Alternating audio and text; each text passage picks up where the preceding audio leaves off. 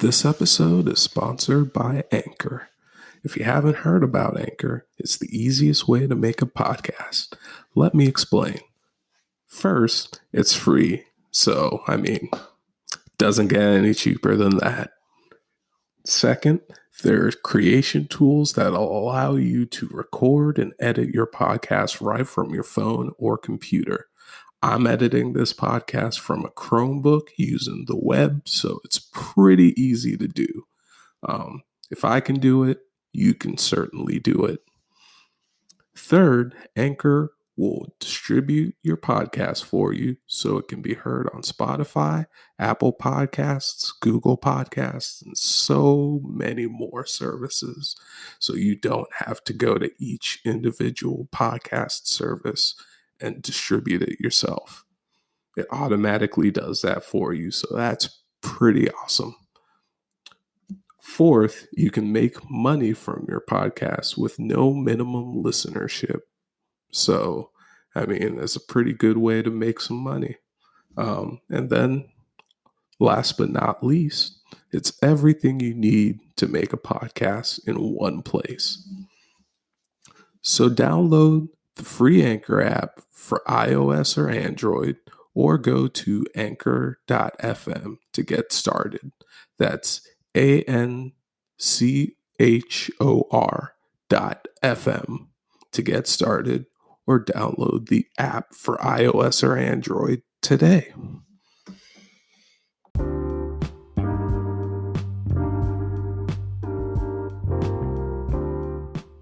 Hello, and welcome to the Cels and Circuits podcast. I'm your host, Chibeze Anakor, and today we're going to be talking about the rise of non-comedic adult animation, PS5 versus Xbox Series X, and this is part one of a multiple part series because there's going to be more information coming out later on in the year.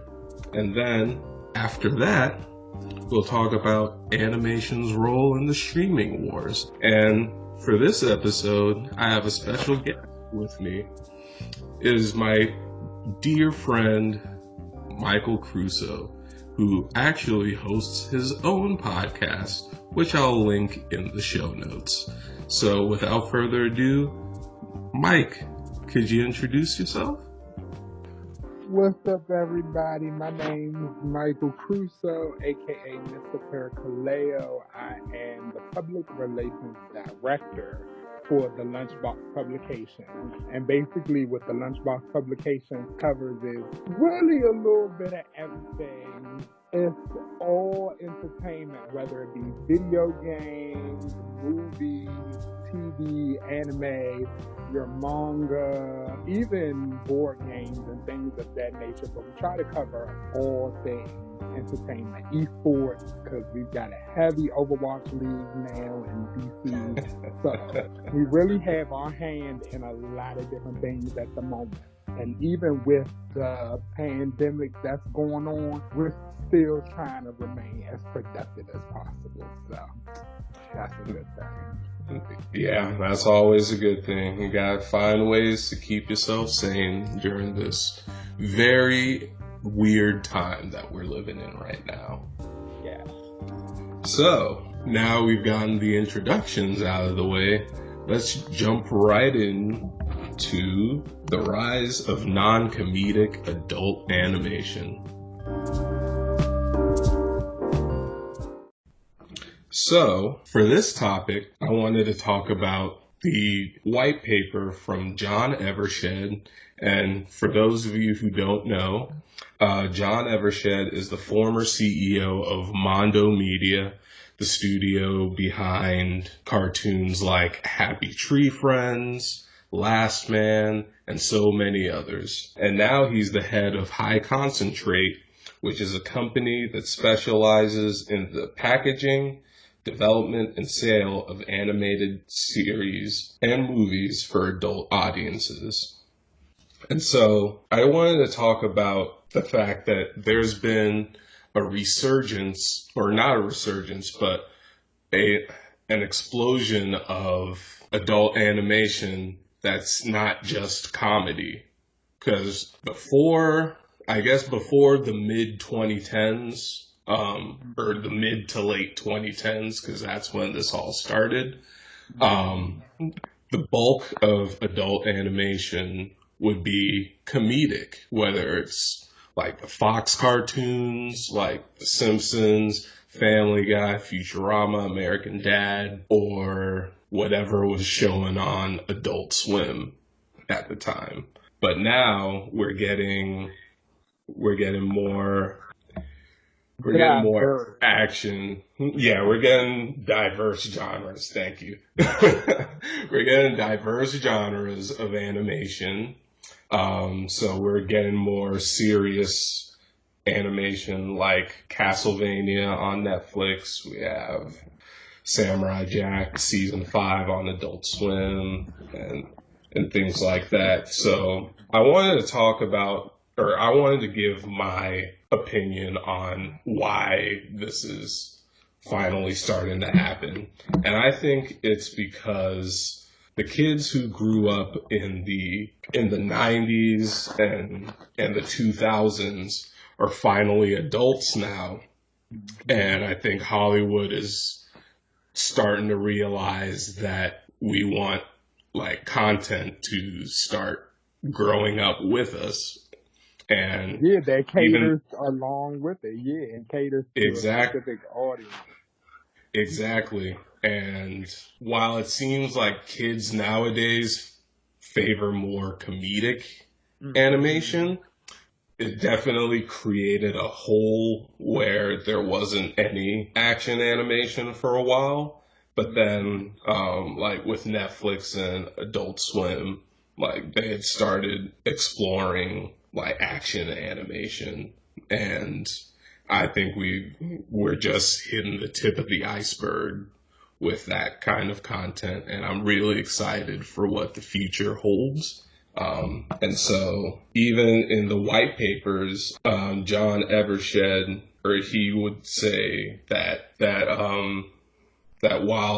while kids these days have been accustomed to comedies, like adults just wanted more diverse genres of animation, and so like, what are your thoughts on this?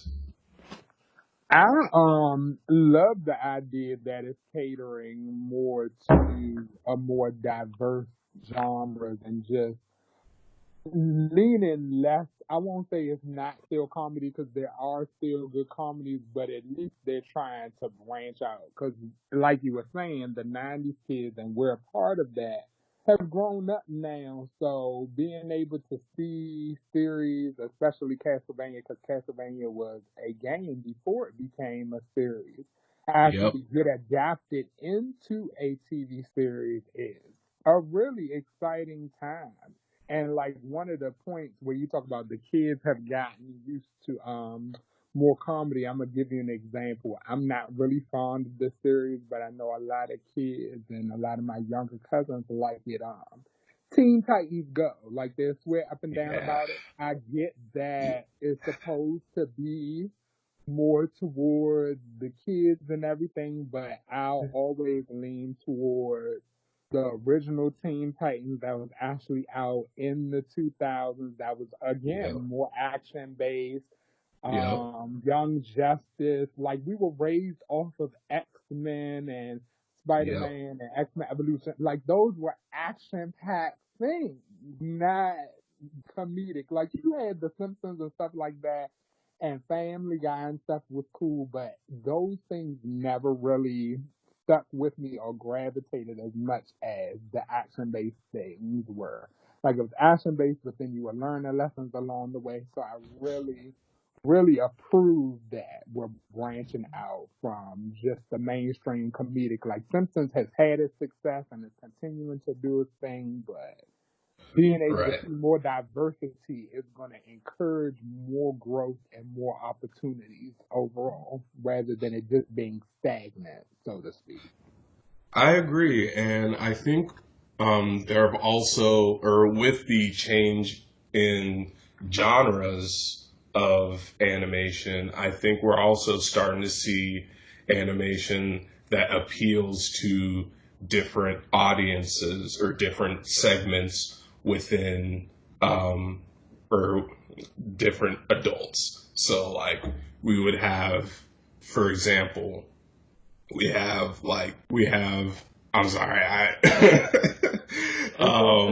so for example, we have shows that appeal to like LGBTQ communities. We have shows that are starting to be catered to African American audiences, and we have shows that are being catered to Latinx audiences, and so on and so forth. And so I'm really glad that, the globalization of animation and streaming and all of these things have contributed to there being a more diverse set of shows that we can all enjoy.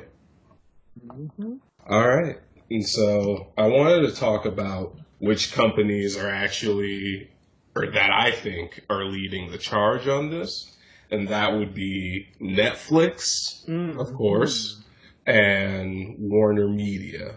And I'll go into the series that both are producing. But Netflix, they have Castlevania, which, has been very successful. It's such a great show. It's probably one of their best Netflix animated series that they have on there right now. And then they have Seis Manos, which is an original property that was co-developed with Viz Media.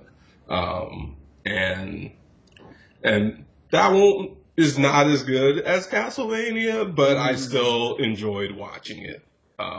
Just because, because of how the vibe of it is. It's kind of like those 70s or 80s kung fu movies mixed with Hispanic or Mexican culture, because it takes place in Mexico. And so, and plus also, Western animation, I've been starved for it for a while, so anything was anything was welcome in my book. And so I really latched on to Seis Manos. But yeah, shout out to Powerhouse Animation that produced both of those series, Castlevania and Seis Manos. I think they're doing a really good job, and they should definitely keep it up. And I believe they have even more series slated for Netflix down the pipeline. And so next I wanted to talk about Warner Media, which has, many different sub-brands within it, like Adult Swim, Crunchyroll, Verve, HBO Max, and DC Universe. All of those brands have some sort of animation associated with it. And so, with Adult Swim, you have Samurai Jack, Season 5. We have Primal, which, if you didn't catch the April Fool's joke on Adult Swim this year, they surprise premiered a new episode of Primal, which was episode 6. And so if you missed that, you're probably not going to get a chance to see it until the fall when it actually comes out. So, sorry. But then we have Crunchyroll, which in February, I believe, in late February, they announced their originals slate. And 2 of the series that caught my eye were Onyx Equinox and Freak Angels, because they're both Crunchyroll Studios produced. So since they're a Western studio, that caught my eye. I know anime exists, and I'm nothing against the anime. Like, I love anime as much as the next person, but since since action is very well represented in anime, Mm-hmm. I'd rather keep anime out of the conversation because we already know it exists. Um, Mm-hmm. and And then we have DC Universe, which has Young Justice and Harley Quinn.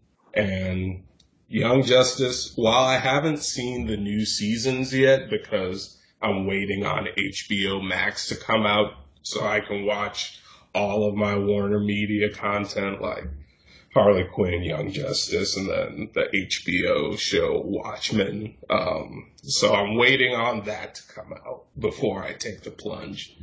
DC Universe, I think, I'm not sure what the future of DC Universe is, considering that HBO Max is coming out very soon. Like, I think next month, May Right. 2020 is when it comes out. So we'll see what the future holds for DC Universe, but I do hope that they continue putting out some animated series and movies because they've been doing some good animated movies too.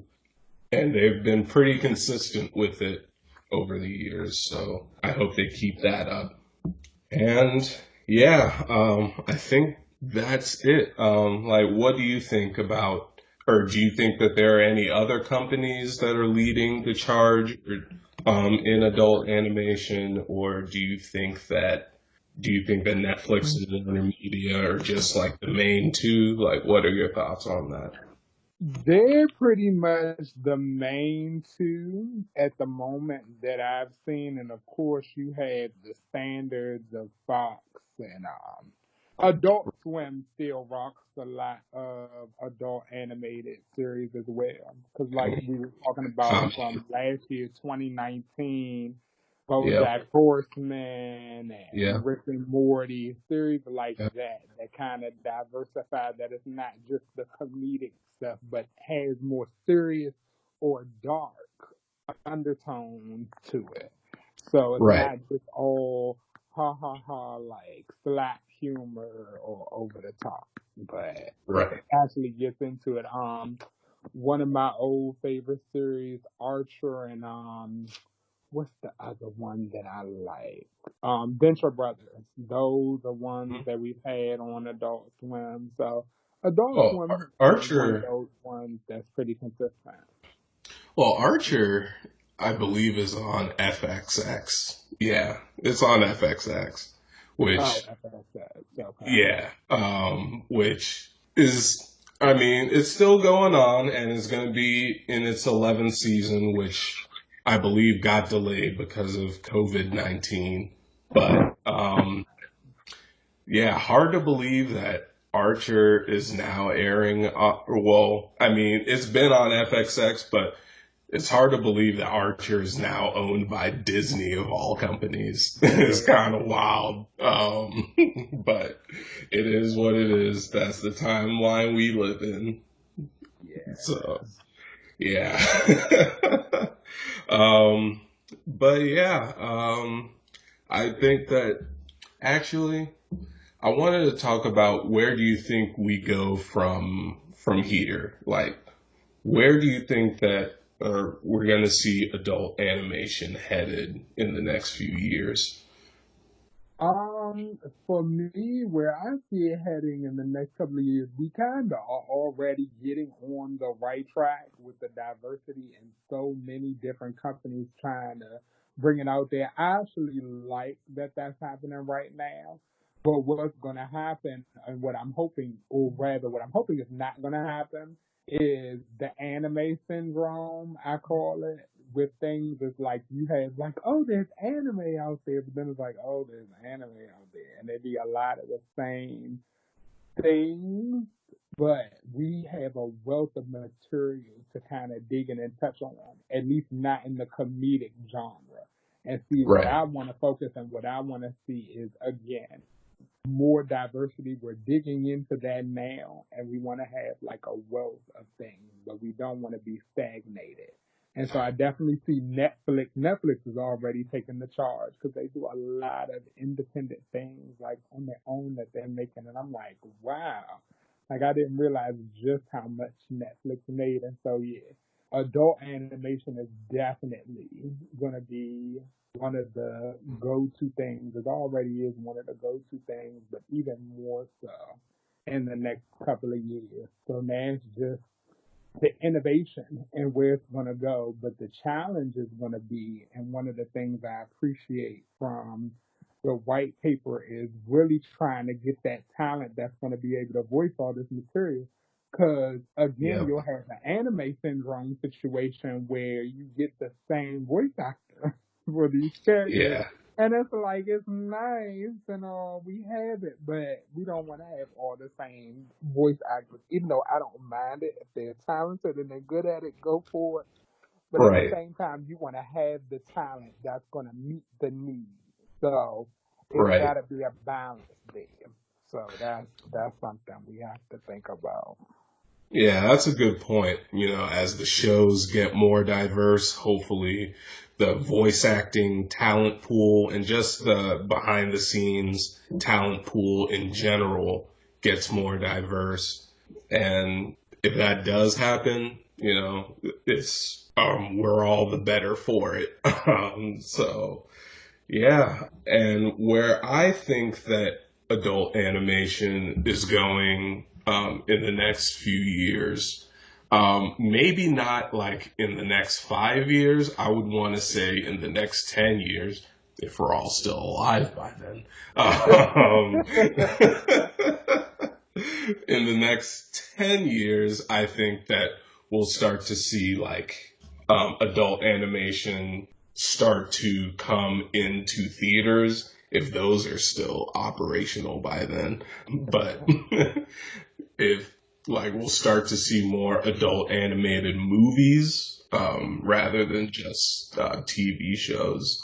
And I think that'll be a very interesting, that'll be very interesting to see that form and like Dynamic for sure. Yeah. exactly, and which companies are going to be leading the charge. And I mean, we're already starting to see that a little bit now. Like for example, Bob's Burgers is Right. getting its own theatrical movie that's going to be released by Disney next year, thanks to COVID-19. Um, and which I still can't believe Bob's Burgers got an animated movie or a theatrical movie before Family Guy. Like that's so Yeah, because Family Guy definitely has a longer track record. I've heard so many exactly. people don't like Bob's Burgers too much. I love Bob's Burgers. That's just me. But I I, so I can't. so I you can't can't get in. No, I can't get into it. Like you the can't get into comedy it. is just too dry for me, or the humor is just too dry for me. I just can't do it. Like I can't do it. I got you. My And thing is most of the voices, except for Bob's, are like very annoying. Like I can't stand to listen to I them got you. for long periods of time. I just can't do it. Like I no, got you. I no. got you. I'm there for the characters really for Tina because Tina's freaking ridiculous. But I'm really there for Tina and just some of the character dynamics. I get you on the annoying voices and stuff. I watch it kind of on and off. Family Guy definitely should have gotten the movie before them for sure, and it definitely has. And I feel like Family Guy just has more of a appeal across the board for a lot of audiences. So Right. yeah, But I mean, maybe not now because the show's just it's lost its it's luster. lost Uh, its deal. Yeah, because yeah, I it's remember. lost its. Wow. Like if they had started producing that after the Simpsons movie, like right after the Simpsons movie came out, I think that would have been like way better. And I think it would have actually had a chance, but now it's just too late, I think. I think Fox should, just pull the plug on Family Guy and The Simpsons too. But that's just me. And so, yeah, that's going to do it for this topic.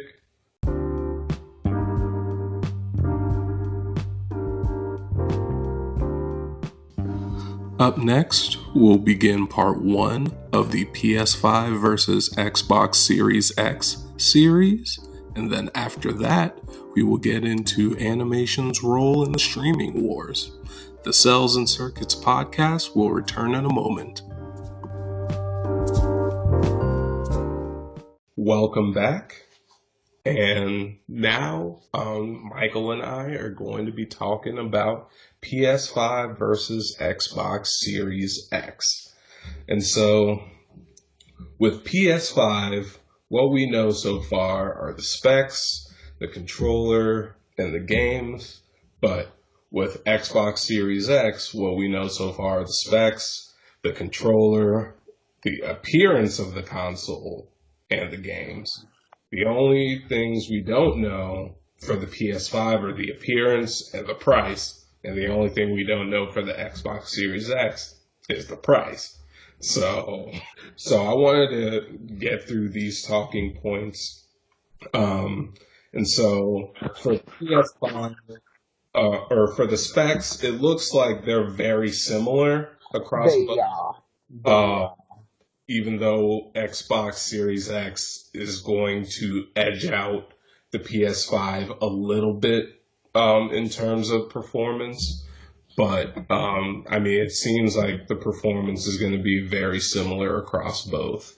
And I'll leave links to where you can find the specs in the show notes. And so the controller for the PS5, which was just announced earlier this week at the time of this recording. The controller for the PS5 had some pretty mixed reviews, but I actually like it, to be honest. I don't mind that color scheme. Like, it's different, but I like it.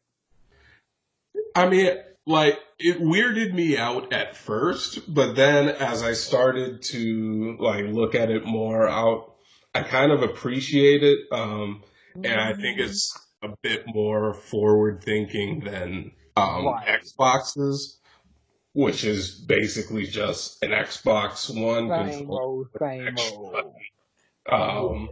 Which, nothing wrong with that, but when you compare it to the PS5, it definitely seems like Microsoft took the "if it ain't broke, don't fix it" approach. So yeah, the controllers, that'll be pretty interesting to see, and I'll eventually get both of them. I probably won't get both consoles until maybe 2-3 years down pipeline. But yeah, we'll see. And then the games for both. So for PS5, we don't really have that many games that have been announced. I know that Godfall was announced at the Game Awards last year, but I think that's pretty much been it, if I'm not mistaken. They might. So I've looked at a couple of them. They talking about that they may have Cyberpunk 2077 on there. Yeah. Starfield would be nice. I'm kind of excited for Starfield because I'm an RPG connoisseur at heart. Like, I'm not a CS person, but RPGs are like my go-to. And this is going to be an RPG in space, so I'm kind of excited about that. So we see how that's going to go. Yeah. And it's supposed to have backwards compatibility with PS4 games, so that's reassuring as well. Yeah, that's good because Sony, they definitely didn't do backwards compatibility this generation, or they missed out on that train. But then Xbox, basically embraced backwards compatibility fully. With Xbox One, being able to play Xbox 360 and select original Xbox games.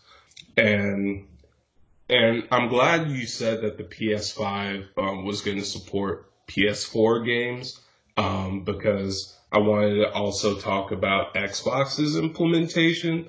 So the Xbox Series X is going to support Xbox One games, Xbox 360 games, and the select original Xbox games that work with Xbox One. So Xbox Series X definitely edges out the PS5 in the backwards compatibility arena. And so you'll be able to play just more games on Xbox Series X than you would with PS5 without having to pay a subscription fee or something like that. And for the Xbox Series X, as far as exclusive games go, and multi-platform, like we have, of course, Cyberpunk 2077, but for exclusive games, we have Halo Infinite, I believe, and then Hellblade 2, but I think those are the only ones that have been announced so far that are exclusive to Xbox Series X. But since Microsoft, has a lot of studios now, and they've been buying up quite a bit over the past few years.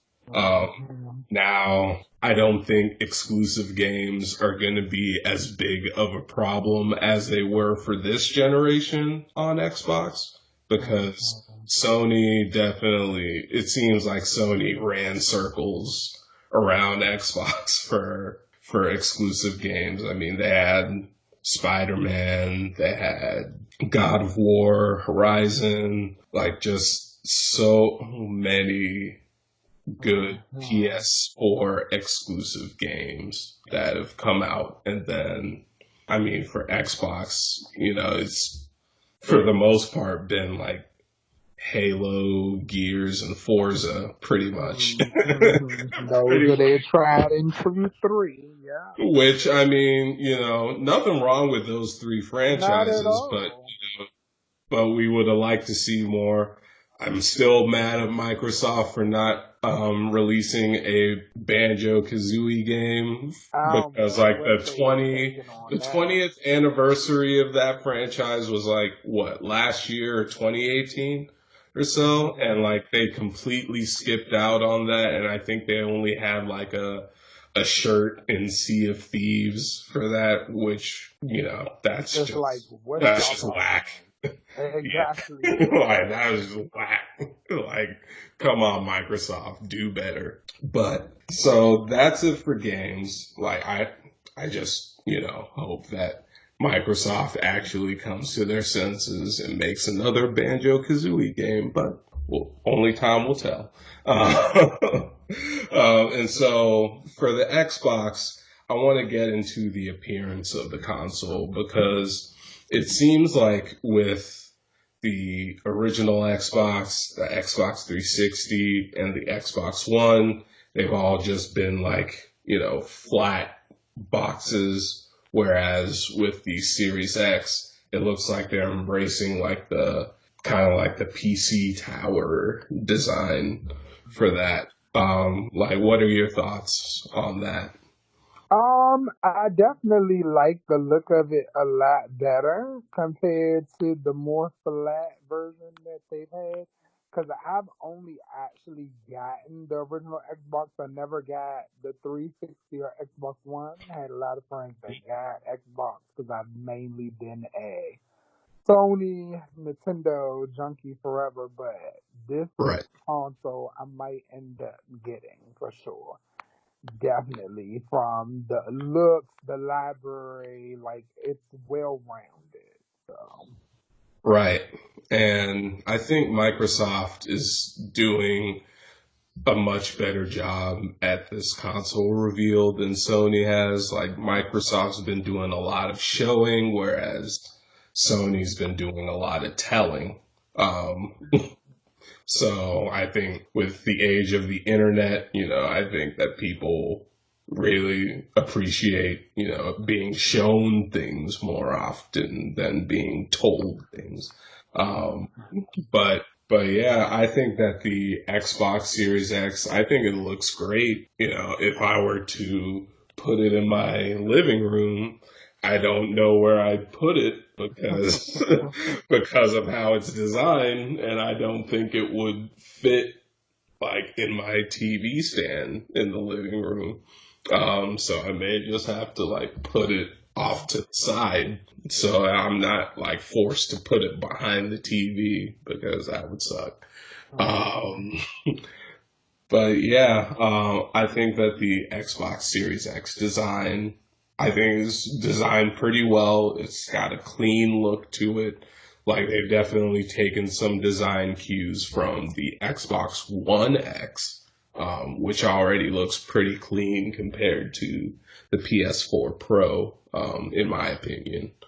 But um, I think I think Xbox definitely wins in the design area. And so, like, what are your thoughts on just like both of the consoles and like this console war, and where do you see like both companies going? So, with the way things are looking right now, I am in complete agreement with you about Xbox taking the lead at the moment.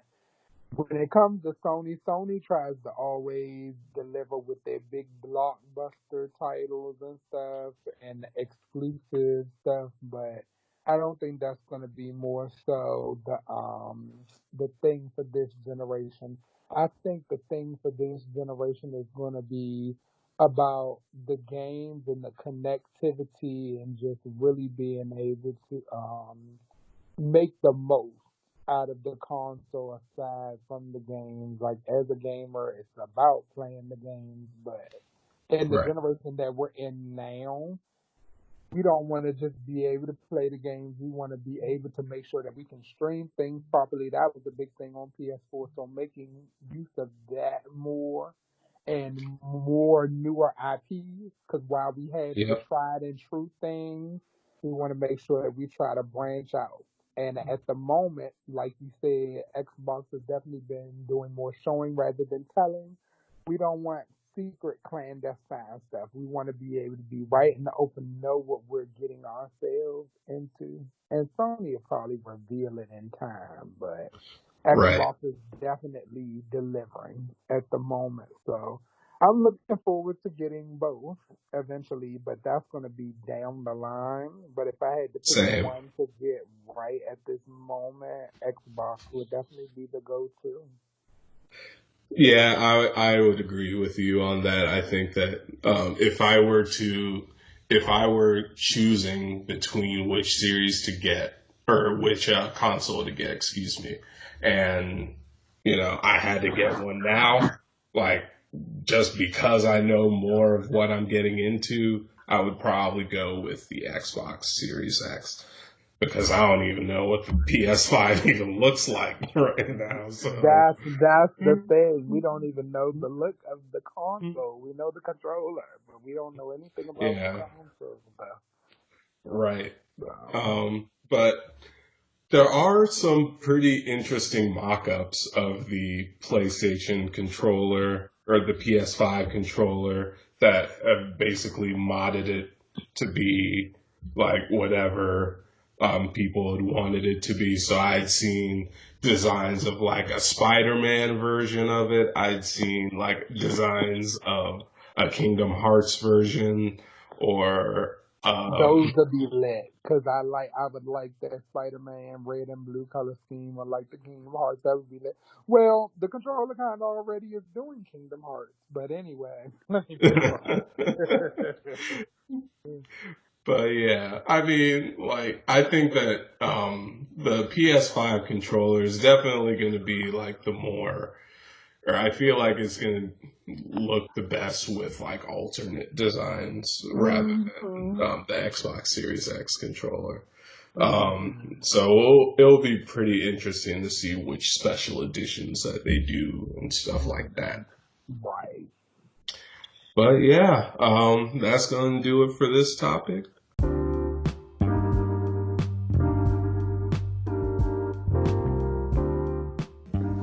Up next, we'll be talking about animation's role in the streaming wars. The Cels and Circuits podcast will be right back. Welcome back. And right now, we can just get right into animation's role in the streaming wars. So, earlier, we were talking about how adult animation has been on the rise, and has been breaking free of its comedy shackles. But for this topic, I just want to focus on like the overall animation's role overall, not just adult animation, but also like comedic animation, kids animation, all that, and anime as well in the streaming wars. And so we'll go through each of the different streaming services and what they're doing in order to have animation on their platform. And so we'll start with Netflix because that's the biggest one. So Netflix, I think Netflix has like a lot of animated series on their platform, a lot of originals. And I think that what they're doing is they're having a lot of unique series that appeal to different audiences. So like, of course, Netflix has their original anime, which they're relying heavily on to distinguish themselves against their competitors. And in the previous episode of the podcast, I had talked about how they were even contributing to the anime industry. And so I'll leave a link to the previous episode in the show notes. But they also have animated series that appeal to like LGBTQ audiences, kids, women, African Americans, Latinx audiences, and just so many others. Like it's not just that they have animated series that appeal to everyone, which they certainly do, but they also have ones that appeal to specific audiences. And I think that's the way to go about it. Because I believe that just creates more of an opportunity to see other people's perspective rather than, just get a one-size-fits-all approach. Like you're only going to get the actiony stuff and that's it. Like I'm currently watching 2 different series on Netflix right now. Again, Netflix original. It's one that's called Force the Piano because aside from the RPGs and the action stuff, I'm really big on the music, and so having anime that cater to a more musical audience or ones that are really heavy into music is nice. And then again, going back to the action stuff, they have this other series called Seven Seas that I'm looking at. That's pretty cool. That's all about survival of the fittest and stuff like that. So it really balances. So you're able to get a flavor of whatever. And then you have the Marvel stuff. And then you have shows like Big Mouth, which is really over the top. And it's a lot. So whatever your fancy is, Netflix definitely has it for you. And that's what I appreciate. It's not just one set of things, but you got a plethora of different things to whet your appetite. So Netflix is doing an excellent job. Yeah, I agree. So I think they should definitely keep it up. This podcast is not sponsored by Netflix, by the way. I should probably mention that. Very nice. it would be very nice. But I should probably mention that it's not sponsored by Netflix. But yeah, I think that Netflix is doing a good job as well, and I think they should, keep up the good work. And so next I want to talk about Amazon Prime Video. And Amazon Prime, they mainly have, some kids animation, and they have subtitled exclusive anime, which I can complain about later. But they're starting to dabble into adult cartoons. I believe they have one from the Walking Dead creator that's coming out down the pipeline. But yeah, I think that Amazon could definitely, I think they should definitely have more of a Netflix approach to animation. And except for anime, I think that, because Amazon simulcasts, unlike Netflix, like that's, if I had to knock Netflix, like that would probably be the one thing I would knock them for is their inability to simulcast anime outside of Japan. And that's why you have the whole Netflix jail term in the animation community. But yeah, Amazon, I think that they're doing or they're trying to find their identity within the animation community, and I think that they could do a better job with the distribution of anime. I think while they're simulcasting, and that's great, I think that providing dubbed options of that anime or of the anime that they have exclusively, I think that would really, attract more audiences to the platform. Because don't nobody want to read Right. Right. Like, not all of us want to read. But like, and Amazon has some pretty great anime on it too. Like, especially last year, they had some pretty good ones. Like, they had Dororo, which I thoroughly enjoyed. They had Vinland Saga, which was very good as well. And they had I guess, their first branded original anime, Blade of the Immortal, which I think was like the third adaptation of that manga or something like that. Either the second or third adaptation of that manga.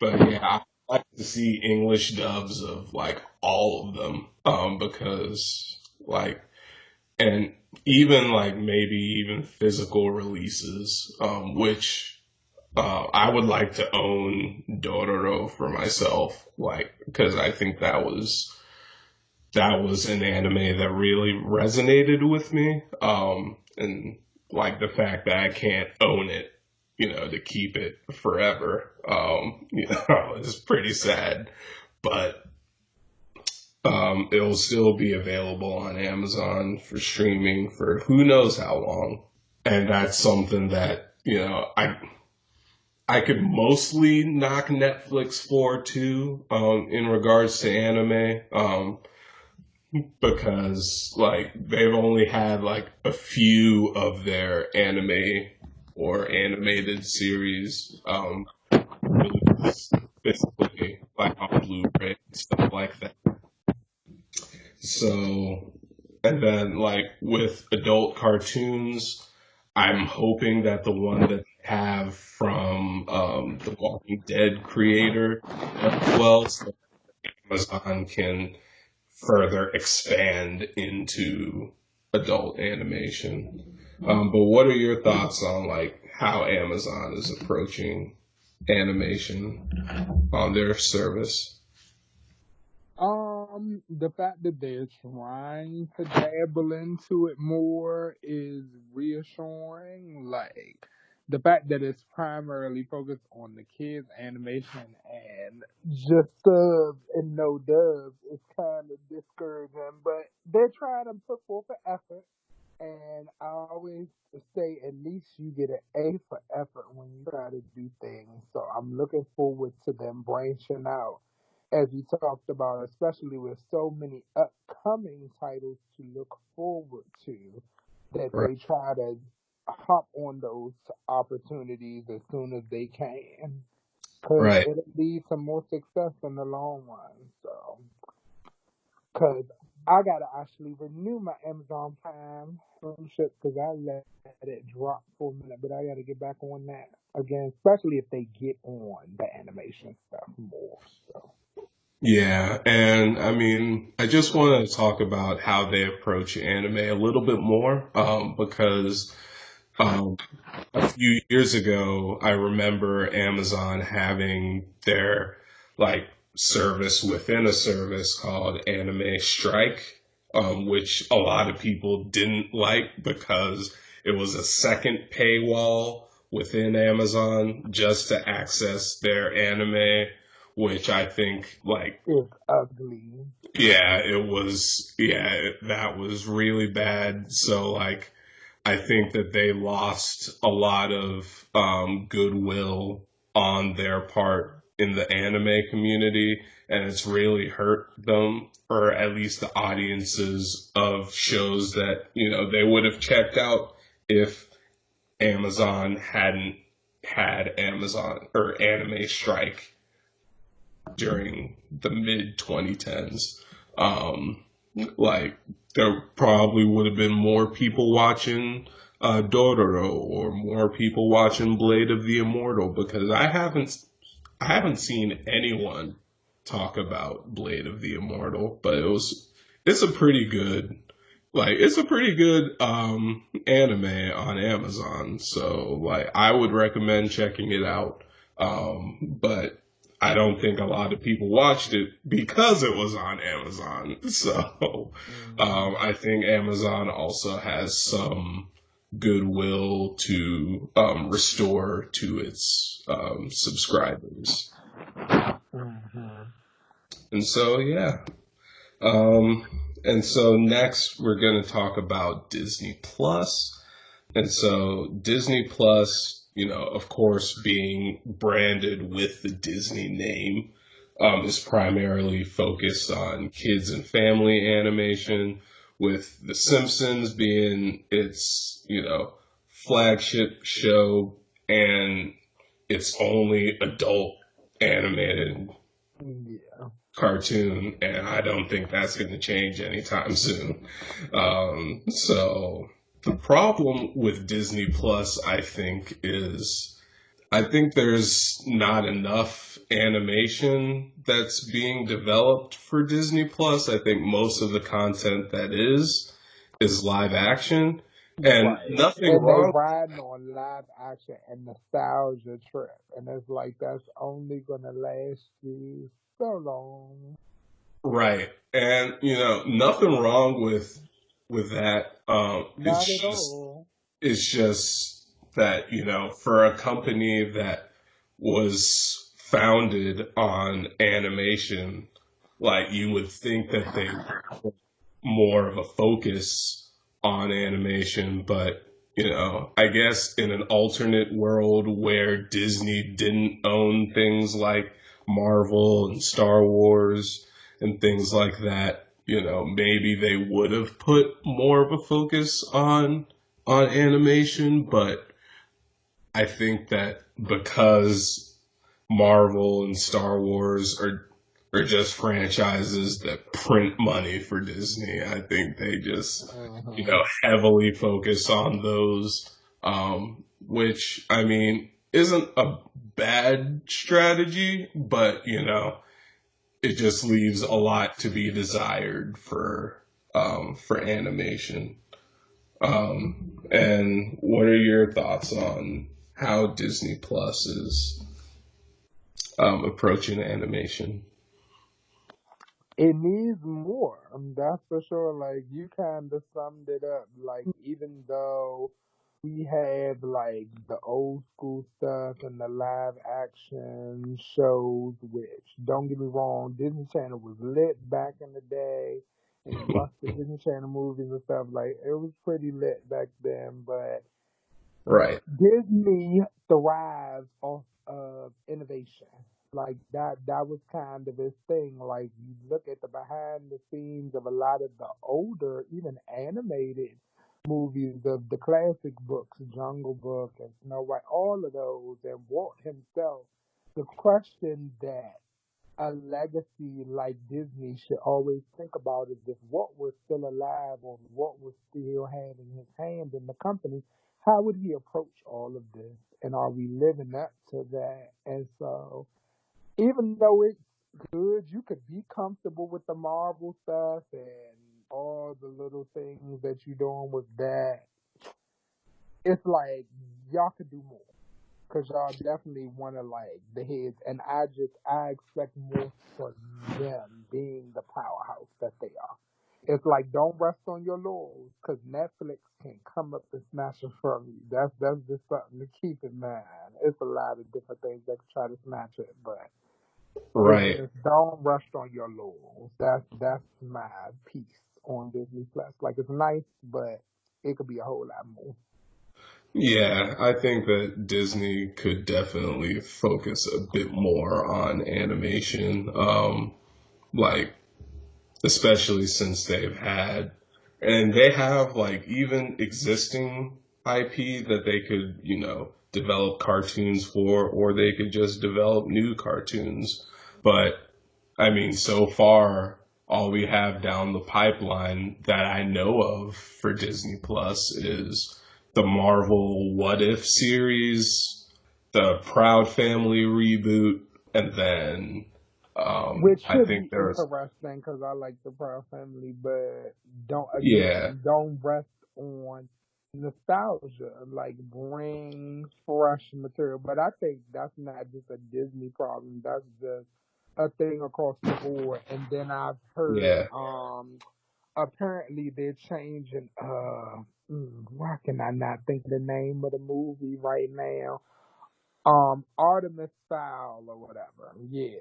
yeah, That's supposed to be coming to Disney Plus yeah, now because it was supposed to be in theaters, but now yeah, it's going to become a series. So I'm kind of interested in how that's going to go. But again, that's not going to be an anime series. That's going to be live action. So yeah, we need some animation. So yeah. And I think the last thing that I wanted to say was that they also have like a Phineas and Ferb movie that's going to be coming to Disney Plus. And so, yeah, like that's a pretty small catalog of like upcoming series for Disney Plus. So I think they could definitely expand on that. I think that they should develop more animated series, and they have the talent to do it. It's just a matter of whether they want to or not at this point. right. All right. So next up, we're going to talk about Hulu and how it's approaching animation. And so Hulu has been, they have like their own originals. They have their kids and adult cartoons, but they've been losing quite a few, or they've been losing some content too. Like they're going to be losing South Park to HBO Max when that comes out next month. They're going to be losing a lot of the Adult Swim content because that's also going to be moving to HBO Max. Yeah. But because Hulu is fully operated by Disney now, they are having two Marvel animated cartoons. Like they have Hit Monkey and Modoc. Both of those will be coming to Hulu. And then they also have shows like Solar Opposites which is from one of the creators of Rick and Morty, and they have a few other animated series down the pipeline for both kids and adults. So I think that Hulu is kind of on the right path. I think they should, explore some non-comedic adult animation, because all of the adult animation, it seems like, is comedy, and so I think that they could explore a more serious tone animated series. And I want to know, like, what you think of Hulu's approach. So with this streaming service, I was kind of on and off of Hulu, so I don't know much about it Hmm. myself. Aside from, as you were saying, with the series that they're trying to work with now, but again, more right now, especially with the upheaval of animation, more is the way to go for just trying to cater to different audiences and to break in money for streaming, because if you're going to want people to get into your streaming service, you got to actually have the options there to do it. So, Right. Yeah, I agree with that. And I think Hulu could, like, they're on the right path. I think they are definitely doing more than Disney Plus. But, I mean, Disney Plus, like, because they can't have adult animated cartoons on their site outside of The Simpsons, just by virtue of it being Disney, or being branded with the Disney name.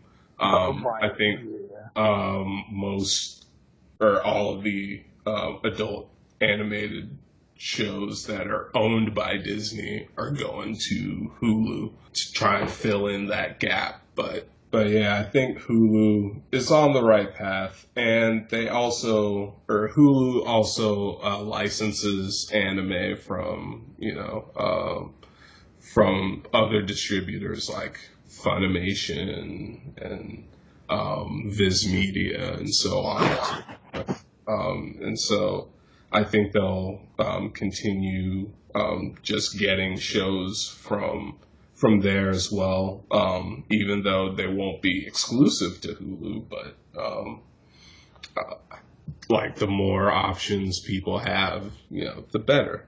And so, next up, I want to talk about Quibi, which had just launched earlier this week at the time of the recording of this episode.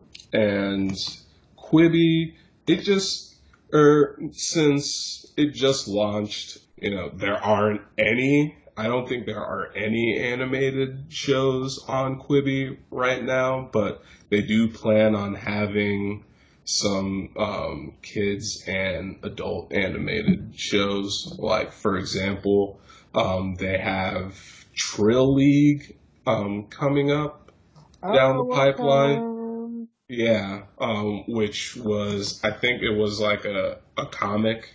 Yes, Um, that was a so comic, really cool comic. So that's interesting to know that they had that out. That's neat. yeah, and so that's something I'm excited for, or Hmm. that's the only Quibi animated series that I'm excited for, and so Right. So until we know more, we just gotta show us that one and look forward yeah, to talking about it on a later episode. yep, I agree. And then we have HBO Max, and that's going to be coming out May 2020. So next month at the time of this recording. And they have a pretty, out of all of them, I think HBO Max is second to Netflix in having the biggest investment in animation because they have the libraries of Cartoon Network, Adult Swim, Boomerang. They have Crunchyroll will have a dedicated section on HBO Max, and then you have the Studio Ghibli movies that'll be exclusively streaming on HBO Max here in the US. And then you also have like the DC stuff because Warner Media owns that as well. And so there will be a lot of animated content on HBO Max, and they even have some animated content that's coming down the pipeline, mostly from Cartoon Network studios. I think they have like Tig and Seek and the Fungies that are coming from Cartoon Network studios, which are both targeted towards kids. And then they also have Close Enough, which was originally supposed to be on TBS, and it was from the creator of Regular Show. And so I think that HBO Max is definitely going to be close to Netflix as like the destinations for if you're an animation fan. Like it would be either Netflix or HBO Max. That would probably be the way to go for animation fans. I think most of them will have either of those subscriptions. And so, like, what are your thoughts on HBO Max and how it's approaching animation? I think they're doing an outstanding job. Definitely getting an HBO Max subscription for sure, especially with the plethora of stuff that they have to offer. Especially the Studio Ghibli films, because I love Studio Ghibli. I love the fact that they're still catering to the nostalgia and the classics, but knowing how HBO is and knowing how HBO is an entertainment powerhouse, HBO has been a powerhouse for entertainment, not even just for animation, but just other live action stuff across the board. So HBO has had a record of trying to deliver high quality entertainment to those that consume it. So I really like that they're going to be giving Netflix a run for their money, and I feel like that competition is going to push some innovation to happen. So Right. strive on their part to get those catalogs and to diversify. So, Yeah, I agree. And hopefully the competition between Netflix and HBO Max inspires others to get on that train. And yeah, I fully agree with that. And so next up, we're going to be talking about Peacock. Peacock is, yeah. So Peacock, which is owned by NBC Universal, it's going to have kids animation from DreamWorks because NBC Universal owns that studio now. And then as far as adult animation, it's only limited to comedy for now. And I think that's mainly like the story of Peacock in general because most of the shows, not even just animated, but live action as well, have been like comedies. And so I think Peacock is basically kind the of, comedy hub of the yeah, streaming services. yeah, like it's basically CISO 2.0. And so if you don't remember CISO, it was also a streaming service that NBC Universal owned back in the mid 2010s that primarily focused on comedy. And so, like, Peacock is basically a bigger version of that for now. And so, as someone who enjoys more serious fare, I'm probably not going, or I'm not in a hurry to subscribe to hard Peacock at all. recommendation. I'm probably not going to subscribe to it anytime soon until that changes. So, like, what are your thoughts on Peacock? It's a hard pass for me, especially since they're limiting their animation to the comedy. Now, while DreamWorks is an amazing animation company and stuff, I just I don't see me subscribing or paying money for again limiting genre because we're in 2020. We're about innovation, growth. We don't want all one genre of something. We want to have options and we want them to be accessible. And if we're going to only limit it to one type of audience, you're not going to get a lot of people there. Like, that's just plain and simple. That's just what it is. Yeah. Even the name kind of gives it away. I feel like that's just Well, me. Well, I But mean, like Peacock is like you know how the NBC logo is a peacock? Like, hmm yeah, that's why they that's why they that call it that's why they that. call it Peacock, and not like, NBC Plus or NBC Max or anything like that.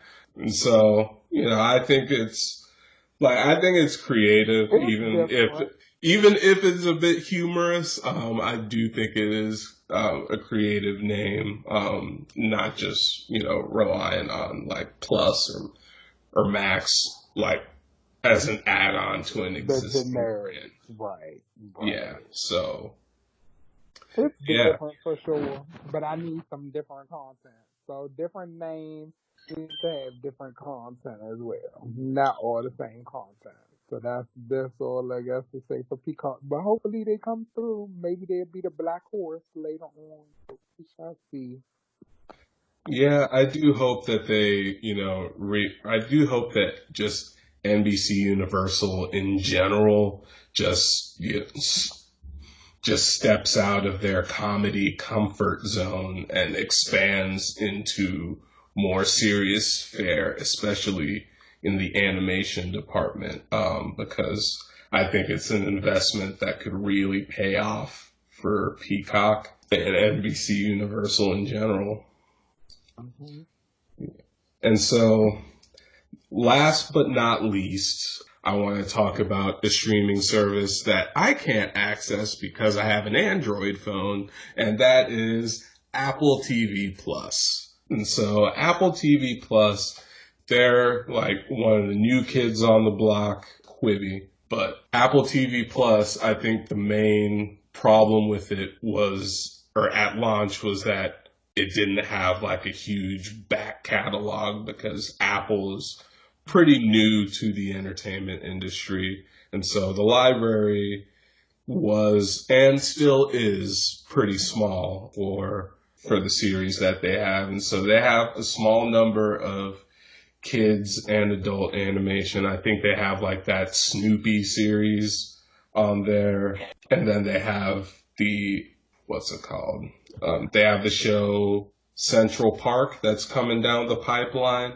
But yeah, that's pretty much it. I don't see any like more serious animated fare on Apple TV Plus. I think they're trying to fill the void that HBO is starting to leave behind because of HBO Max, and I think they're more trying to focus on prestigious content, and more like, which is mostly going to be live action. So I don't expect there to be a whole lot of animation on Apple TV Plus. But what do you think about that? Since you can actually access it, and I can't. So even though I can access it, if it doesn't have stuff that caters to me, which I am a heavy animation person, I think I'm gonna take a hard pass on that until I see things that really gonna catch my attention. I'm looking at some of the things that's in the catalog now, and aside from Central Park, that's about it. Like that's the only thing that I see that would catch my attention. Like everything else is kind of just there. That's about Yeah, it. Like, oh, and they got Helpsters from the makers of Sesame Street, but I'm kind of on that. So yeah. I I don't mean, know. that's a kid's. It seems like a Yeah. kid So it's show. like, So yeah. So, mm, until I see some more stuff, like I'm gonna wait on that. Even though I can't access it, but yeah. yeah. I mean, I can't access it. So even if I wanted to see some shows on there, I can't. So like, I'll just be on the outside looking in. And on that note, that'll do it for this episode. Thank you so much, Michael, for joining me on this episode and spending time to talk about animation and tech and video games and things like that. And, do you have any last words for our listeners? I really enjoyed you having me, and definitely expect me to come back. Like I really enjoyed working with you, and hopefully to all our sales and circus listeners to be on the lookout and diversify your library when it comes to animation, really to anything, whether it be Right. animation, music, your life. Like this is Right. the takeaway to be expansive, not constricting. That's my final thought on that. All right. All right. Thank you, Mike. That was a very good message. And one last thing I want to say before we end our conversation is I know things are tough right now, and that quarantine may be getting to us, but if we all do our part, we can all get through this together. And so I hope you're staying at home, staying safe, washing your hands, not touching your face, and following all of the CDC and WHO guidelines. And, the sooner we all follow that, The better. the better. And the sooner we can all go back outside again. Right, and not be trapped inside, even though I find it's a sad situation and crazy situation, but I've always been kind of a homebody in a sense anyway. So it's like it's affecting my stuff, but then it's not affecting my stuff too much. I just wish that I could go out and eat Korean barbecue and do certain things with people that I can't do right now. But it's okay, cause it's coming back. But yeah, everybody, make sure you stay inside unless you're an essential worker and have to go to work and stuff. And for fellow essential workers like me, I appreciate your services. Keep fighting the fight because we're going to get through it. Yeah. And I will leave it on that. Thank you, Mike, so much for this collaboration. Hopefully, it will be the first of many. And I will talk to you when we have our next episode. Sounds like a plan, bro. All right. Thank you, Mike. Thank you. Peace. All right. Peace.